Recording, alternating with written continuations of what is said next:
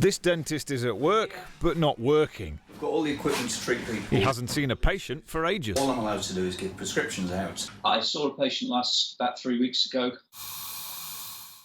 The problem is protective equipment.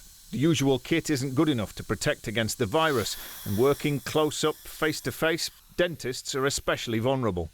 Face to face without the appropriate PPE is not advised and not possible. Using the dental drill creates an aerosol spray which can spread the virus particles.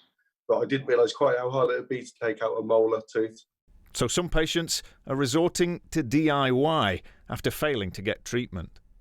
They basically said unless it's actually stopping me from breathing, that they couldn't do anything. There's no point coming in unless I literally, couldn't breathe properly.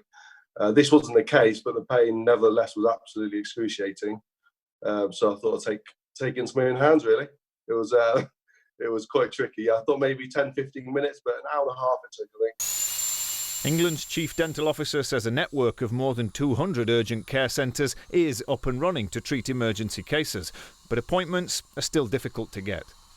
We've got a real backlog of patients who have been suffering. We've dealt with many of them with advice, antibiotics and analgesics, but many of these patients need face-to-face treatment.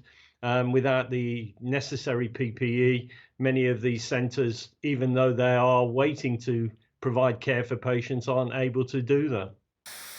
Some dentists have moved to work in different roles. Others just want to help their own patients. Frustrated, I think is the only word.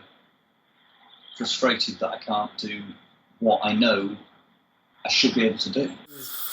NHS England says the right protective equipment is in place and more is on the way. Dan Johnson, BBC News.